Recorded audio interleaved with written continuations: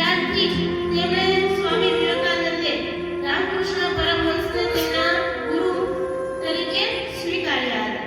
ત્યાર પછી આપણે કહીએ તો સ્વામી વિવેકાનંદ ઈસવીસન 1893 તેઓ અમેરિકાના શિકાગો શહેરમાં ગયા.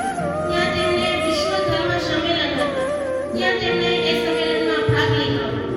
ત્યારે તેમણે વિશ્વ હિન્દુ પરિષદના ધર્મના જે લોકો છે તેમને મારા વહાલા ભાઈઓ અને બહેનો આવા શબ્દોથી સંબોધન આપ્યું હતું અને તે સમયે બધા લોકો મંત્રમુગ્ધ બની ગયા હતા.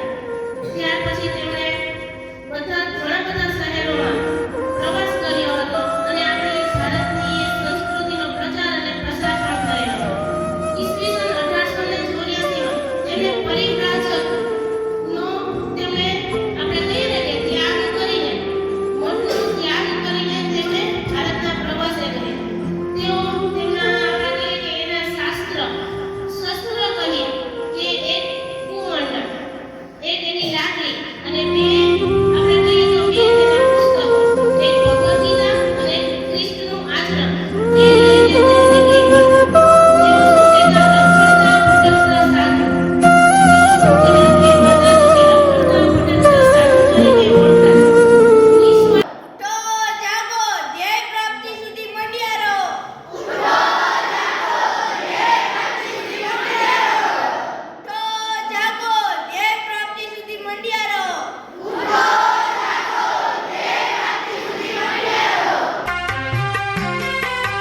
सुनो सुनो तुम युवा भाइयों, सुनो वही आवाज। सुनो सुनो तुम युवा भाइयों। જે ઈશ્વર વિદ્વાના આંસુઓ લૂછીને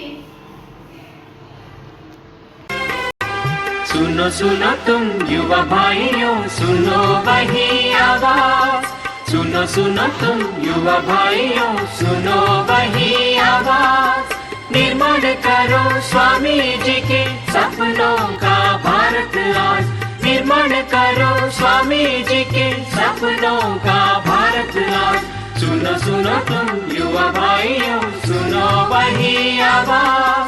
सुनो सुनो तुम युवा भाइयों, सुनो वही आवाज।